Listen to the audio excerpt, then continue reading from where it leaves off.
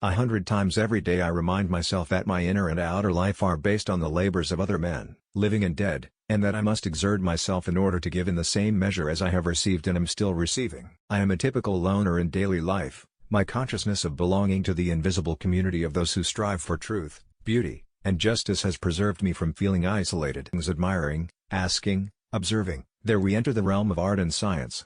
Although I am a typical loner in daily life, my consciousness of belonging to the invisible community of those who strive for truth, beauty, and justice has preserved me from feeling isolated. Learn from yesterday, live for today, hope for tomorrow. The important thing is not to stop questioning. I am enough of an artist to draw freely upon my imagination. Imagination is more important than knowledge. The important thing is not to stop questioning. Curiosity has its own reason for existence. I am by heritage a Jew, by citizenship a Swiss, and by makeup a human being, and only a human being, without any special attachment to any state or national entity whatsoever. My passion for social justice has often brought me into conflict with people, as has my aversion to any obligation and dependence I did not regard as absolutely necessary. If I were not a physicist, I would probably be a musician. I often think in music. I live my daydreams in music.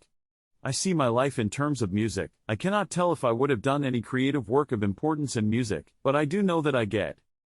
My passion for social justice has often brought me into conflict with people, as has my aversion to any obligation and dependence I did not regard as absolutely necessary. One thing I have learned in a long life, that all our science, measured against reality, is primitive and childlike, and yet it is the most precious thing we have. Imagination is more important than knowledge. For knowledge is limited, whereas imagination embraces the entire world, stimulating progress, giving birth to evolution.